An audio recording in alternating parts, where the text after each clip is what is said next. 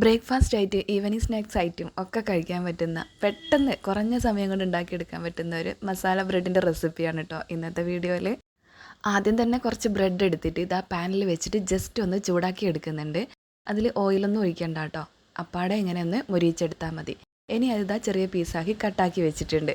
ഇനി ഇതാ വേറൊരു പാനിലേക്ക് ബട്ടർ ഇട്ട് കൊടുത്തിട്ടുണ്ട്.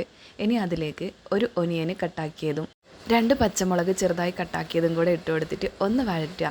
ഇനി അതിലേക്ക് ഒരു തക്കാളി ചെറുതാക്കി ചോപ്പ് ചെയ്തതും ഒരു ക്യാപ്സിക്കം കട്ടാക്കിയതും ആവശ്യത്തിന് ഉപ്പും കൂടെ ചേർത്തിട്ട് ഒന്നും കൂടെ ഒന്ന് കുക്കാക്കി എടുക്കാം. അത് കുക്കാകുന്ന സമയം കൊണ്ട് നമുക്ക് 2 മുട്ട ഇതാ ഇങ്ങനെയൊന്ന് സ്ക്രാമ്പിൾ ചെയ്തെടുക്കാം. ഇനി നമ്മൾ വെജിറ്റബിൾസിലേക്ക് 1 ടീസ്പൂൺ മീറ്റ് മസാല അല്ലെങ്കിൽ ചിക്കൻ മസാല ഏതെങ്കിലും, ഇനി അതും ഇല്ലെങ്കിൽ ഗരം മസാല ആയാലും മതി.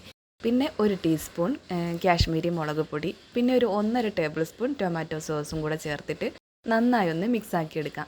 ഇനി നമ്മൾ സ്ക്രാമ്പിൾ ചെയ്ത് വെച്ച എഗ്ഗും കൂടെ ഇതിലേക്ക് ആഡ് ചെയ്യാം.